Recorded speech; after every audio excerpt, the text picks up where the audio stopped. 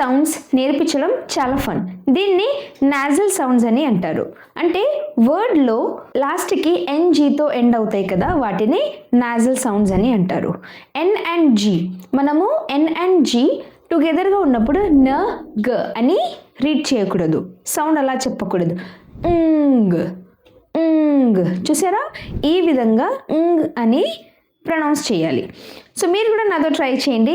NG sounds చెప్పేటప్పుడు మన tongue ఎండ్లో థ్రోట్కి టచ్ అవుతుంది. ట్రై చేయండి ఒకసారి. అండ్ సౌండ్ అనేది మన నోస్లో నుంచి వస్తుంది. మీరు కూడా ట్రై చేయండి. ఇప్పుడు నా దగ్గర కొన్ని వర్డ్స్ ఉన్నాయి, అది రీడ్ చేస్తాను. అవి తో ఎండ్ అయ్యే వర్డ్స్. ఫస్ట్ వన్ ఖ ఇ కింగ్.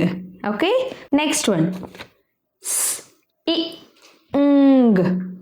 సింగ్.